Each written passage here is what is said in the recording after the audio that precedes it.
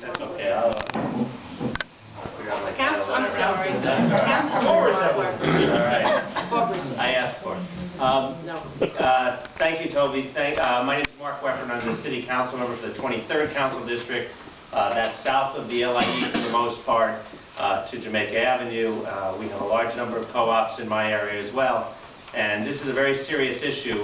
Dan Halloran and I, my colleague in the City Council, were founding members of something called the Co-op and Condo Caucus, which is made up of council members throughout the city who represent a lot of co-ops. And this issue is precisely the reason we established that caucus, because co-ops are discriminated against in many ways.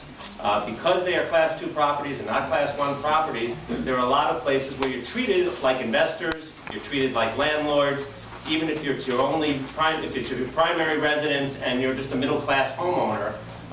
That is a big part of what we're out here fighting for. And the problem here is that unlike a single-family homeowner, who if their assessed value does jump, they're capped at 6%, co-ops are not. And as long as you have 10 units or more, your co-op, your tax rate can go through the roof. And someone said, well, it's just like landlords in a residential building. And I said, yes, but that's not the problem is that these are not landlords either. And a landlord in a residential building might get their assessment put up. Now, I'm not saying that's a good thing, but I'm saying if they did, but if it happened, no one forces them to pass that cost onto their tenants. Now, if the market doesn't bear it, tenants could say, look, I'm not paying it, I don't want to sign another lease. I mean, you're not forced to do that.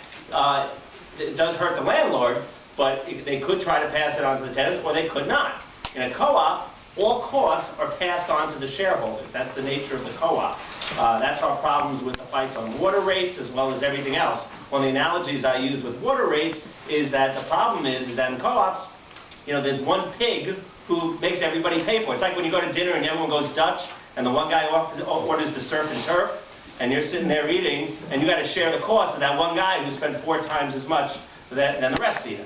And that's what happens when people waste water. That's what happens when there are expenses done throughout a co-op. It's shared cooperatively, and that's the nature of the co-ops. I'm talking to the choir, I understand, but that's why we were out here to fight this fight.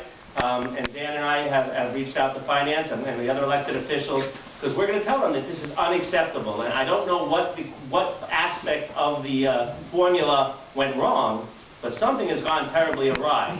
And odds are it is the way they use rentals, because that keeps changing. And sometimes they use it with rent-stabilized units. Sometimes they say, well, now there's vacancy decontrol, so we're going to use market rate units. And they don't necessarily use them around here because we don't necessarily have comparable rentals in that area. So we got to make sure that this is a fight that they know we're serious about, and that it's unfair and unsustainable for most of the middle-class shareholders and co-ops in our neighborhood. Thank you.